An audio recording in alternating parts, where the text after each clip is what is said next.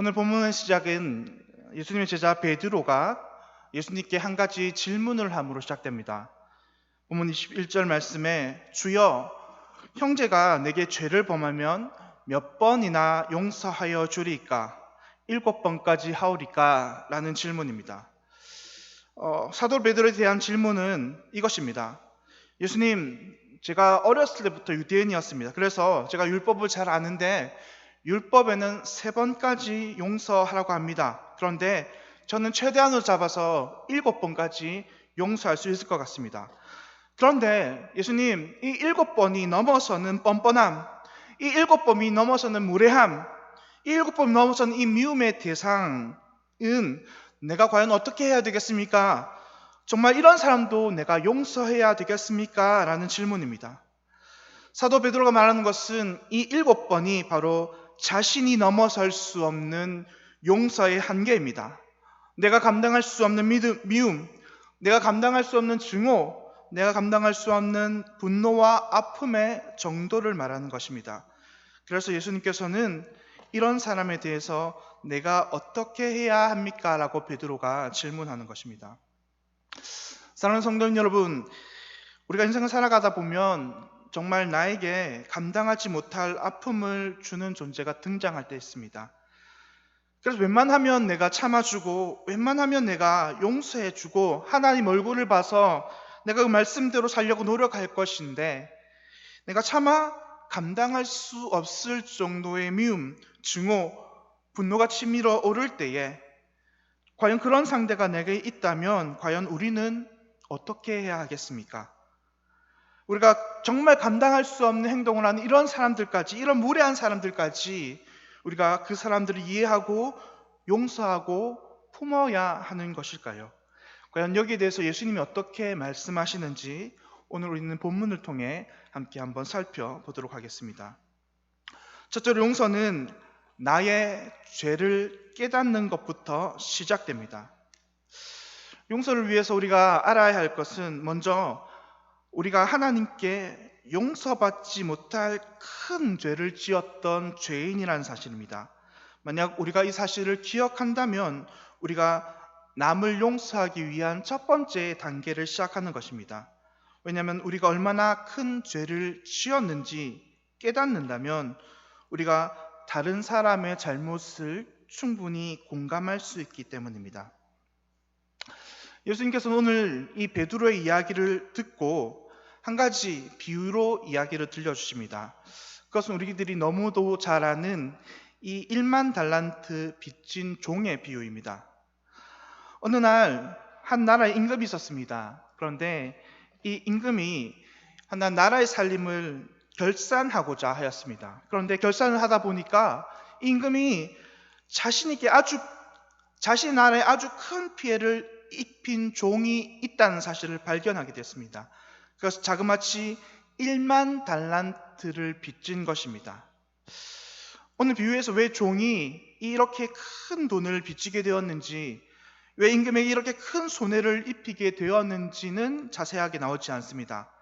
아무튼 이 1만 달란트라는 금액은 실로 엄청난 손해를 입힌 것은 사실입니다. 이 1만 달란트를 지금의 우리 돈으로 계산하자면 약 30조에 해당되는 금액입니다.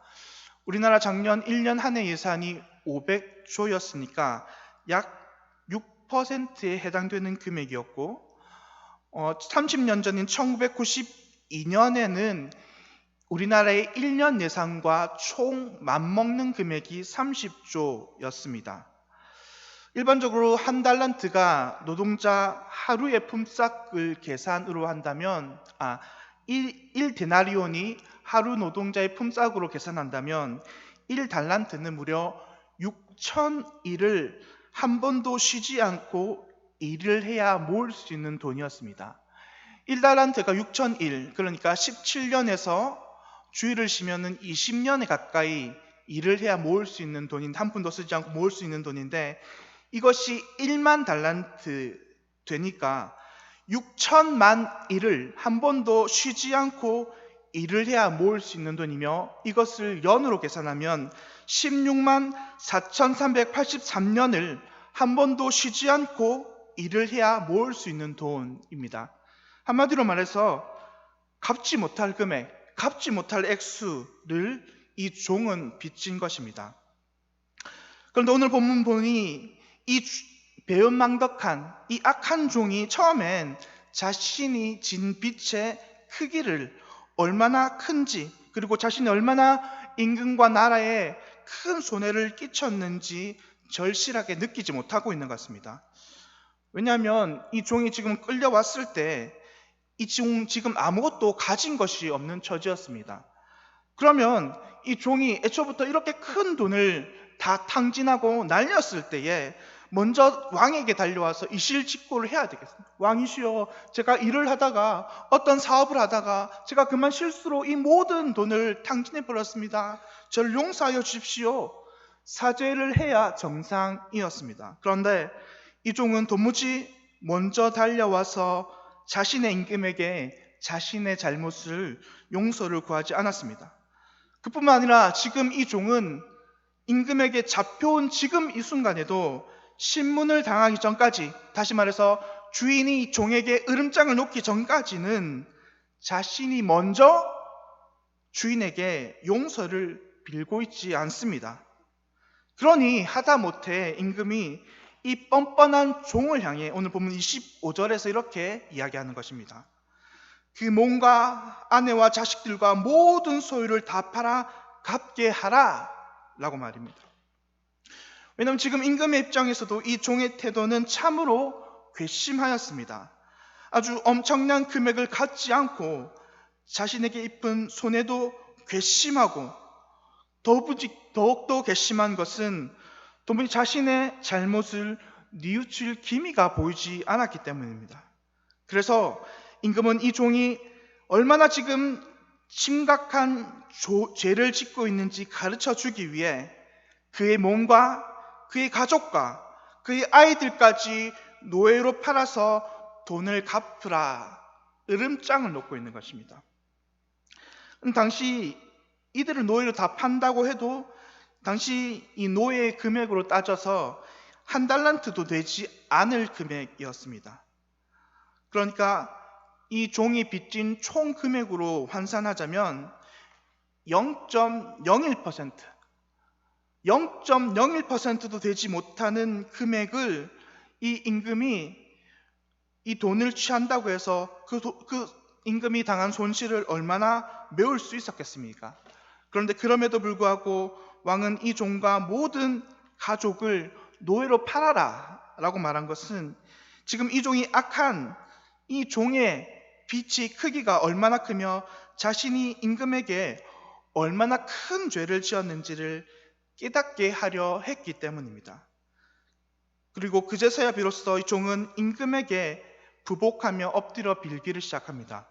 본문 26절에 그 종이 엎드려 절하며 이르되 내게 참으소서 다 갚으리이다 하거늘.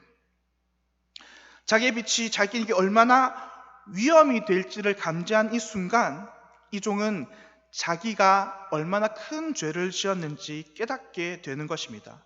자신이 노예로 팔리고 자신의 가족이 노예로 팔리게 되고 자신의 모든 소유가 다 없어진다고 그 말을 듣는 순간 그제서야 이 종은 자신이 얼마나 임금에게 커다란 죄를 지었는가를 깨닫게 된 것입니다. 그런데 우리가 잘 알다시피 오늘 예수님께서는 이 악한 종의 모습이 마치 지금 우리의 모습과도 같다고 말씀하십니다. 사실 우리가 잘 알듯이 이 악한 종이 임금에게 진 엄청난 금액의 빚은 우리가 하나님께 갚아야 할 죄에 대한 빚을 비유한 것입니다. 그만큼 우리가 하나님께 갚아야 할 우리의 죄값이 실로 엄청나다는 것입니다. 우리들의 죄 역시 도저히 우리들의 노력이나 우리의 공로로는 갚지 못할 만큼 너무나 엄청난 것입니다. 우리가 일을 16만 년 해서 갚을 수 있는 것이 아니고 영원한 세월 동안 우리가 노력을 한다 해도 우리가 다 갚지 못할 엄청난 죄의 빚을 하나님께 진 우리들이었습니다. 그런데 참으로 안타까운 사실은 때로는 우리가 오랜 시간, 세월 신앙생활을 하면서 우리가 이 죄의 깊이와 넓이가 얼마나 커다란지를 잊어버릴 때가 많다는 것입니다. 우리가 처음 예수님을 믿고 우리의 죄가 마치 태산과 같이 많음을 발견하고 비로소 자신의 죄가 씻김을 받았을 때에 우리는 너무 기뻐하며 우리의 평생을 다 주님께 드린다고 말하며 날마다 그 은혜에 감사했습니다. 하지만 시간이 점차 지나고 신앙생활을 한 연수가 쌓이다 보니 이제 어느덧 그 은혜에 대한 감격은 무뎌지고 우리가 얼마나 하나님께 큰 죄를 지은 죄인인지 우리의 존재를 늘 잊어버리게 된 것입니다. 그래서 예수님께서는 오늘 이 비유의 말씀을 통해서 우리가 얼마나 큰 죄의 빛을 진 존재인지, 우리가 얼마나 큰 죄가 우리 안에 있다는 사실을 망각한 존재인지에 대해서 다시 한번 일깨우시는 것입니다. 그러므로 우리는 여기서 한 가지 큰 영적인 깨달음을 얻을 수 있습니다. 그것은 예수님, 우리가 용서를 말하면서 먼저 하나님께 우리의 죄가 얼마나 컸는지를 돌아보라 말씀하시는 것입니다. 왜냐하면 진정한 용서의 시작은 우리가 남을 바라보면서 시작되는 것이 아니라 자신을 살피면서 시작된다고 예수님은 말씀하시는 것입니다. 우리는 늘 남을 용서하려고 한다면 어떻게 해서든 우리에게 상처를 준 그 사람으로부터 어떻게 용서해야 될까? 그 사람에 대해서 생각합니다. 하지만 하나님은 결코 용서는 그렇게 시작된다고 말씀하지 않습니다. 남의 죄를 향하던 나의 시선과 남의 죄를 향하던 나의 손가락질이 먼저 내 자신을 살필 때에, 내 죄를 먼저 깨달을 때에 그때야 비로소 참된 용서가 시작된다고 말씀하시는 것입니다. 먼저 내 모습은 죄가 없는지를 살피고 나는 내 이웃들에게, 그리고 나는 하나님께 대하여 얼마나 큰 죄를 지었는지 먼저 살펴야 됩니다. 그럴 때 비로소 우리는 내 안에 남을 향한 참된 용서의 시작을 할 수 있는 것입니다. 사랑하는 성도 여러분, 우리는 얼마나 남의 눈에 있는 티끌은 잘 보면서 정작 내 눈에 있는 들보는 바라보고 있습니까? 나에게 상처를 준 그 사람의 죄는 우리가 두고 기억하고 있지 않으면서 내가 하나님께 대해서 지은 죄는 우리가 얼마나 자주 금세 잊어버리고 살아갑니까? 바라기는 우리가 남의 눈에 있는 티를 보기 전에 우리의 눈에 있는 들보를 먼저 보기를 소망하며 나에게 지은 죄를 오래오래 기억하기 전에 내가 하나님께 지은 죄의 깊이와 넓이를 먼저 기억하는 자들이 되기를 소망합니다.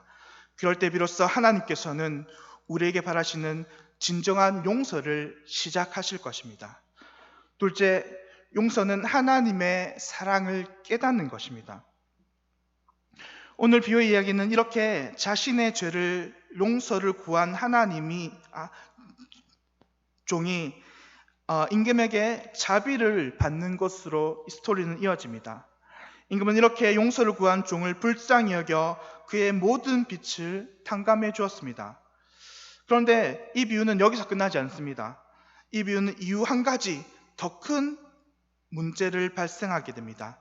그것은 이제 이 종이 풀림을 받고 자유의 몸이 되어 나가다가 자기 동료 한 사람을 발견해서 그 종이 그 다른 동료가 빚진 그 빚을 다시 갚으라고 이야기한 것입니다.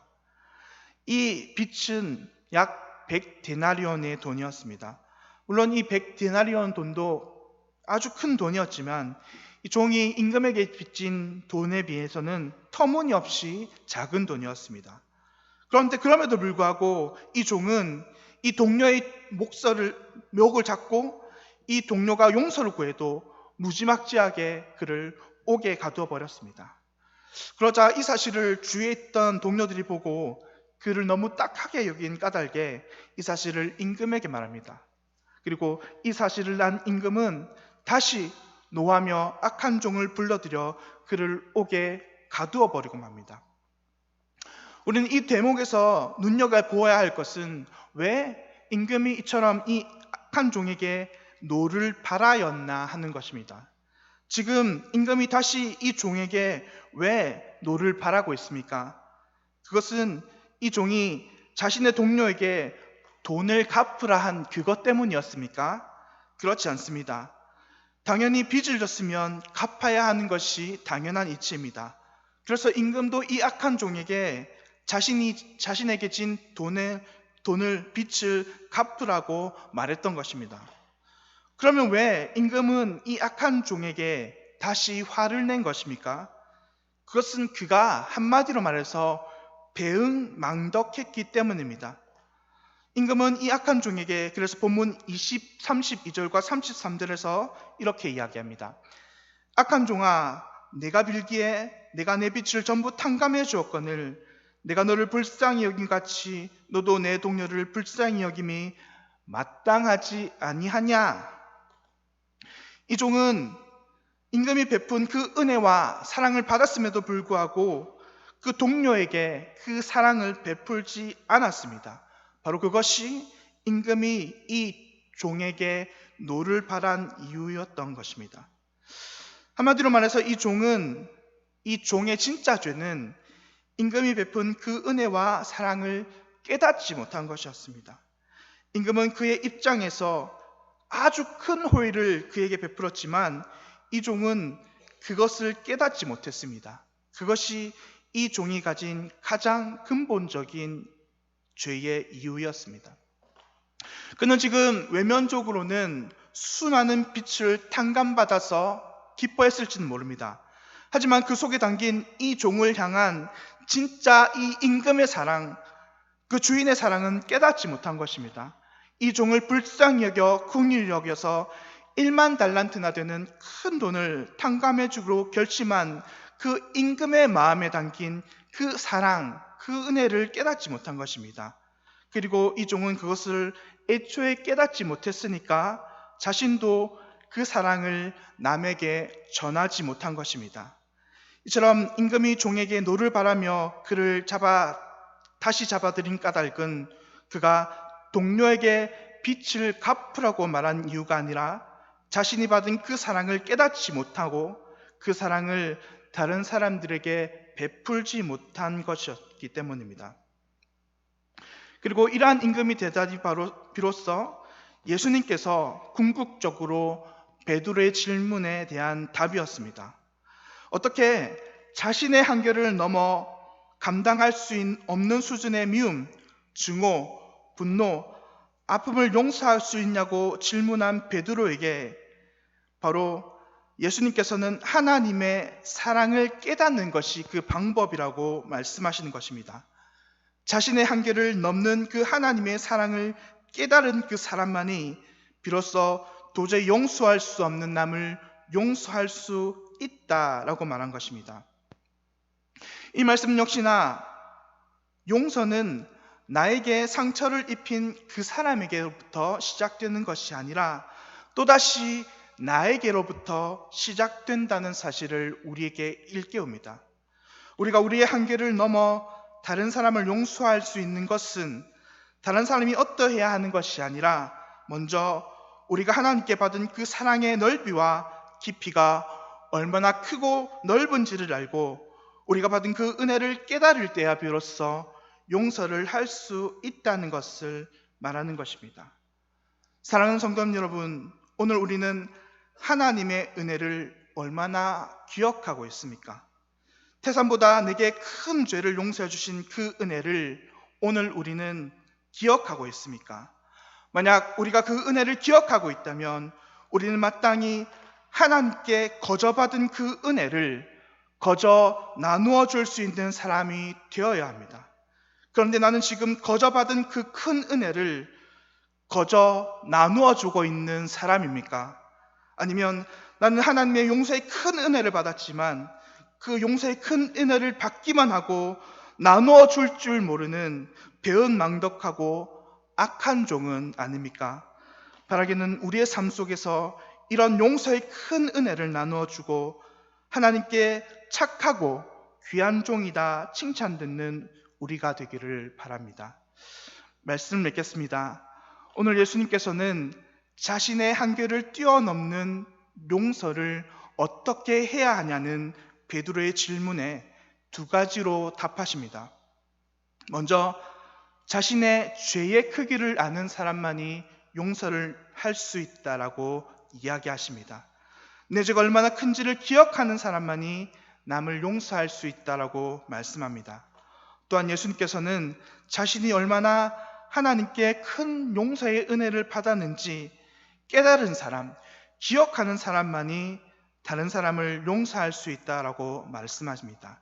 자신이 받은 그 큰 용서를 진정으로 깨달은 사람만이 용서할 수 있는 것입니다. 사랑하는 성도 여러분, 혹시 오늘 우리의 마음 가운데 미처 용서하지 못하는 사람들이 있습니까? 나의 부모님, 나의 자녀들, 혹시 지금 나의 주변의 지인들 중에서 아직 우리가 용서하지 못하고 있는 사람들이 있습니까? 만약 그렇다면 우리 마음 가운데 아직 용서의 마음이 들지 못하시는 분들이 있다면, 내가 내 힘으로는 도저히 용서할 수 없는 그 사람이 있다면 오늘 이 예수님의 말씀을 기억하는 우리가 되기를 바랍니다.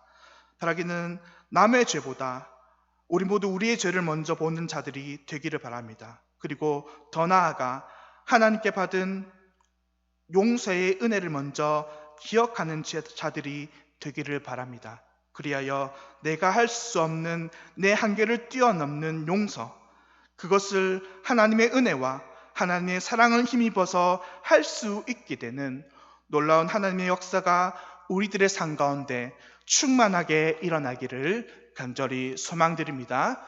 찬양드리고 기도하도록 하겠습니다.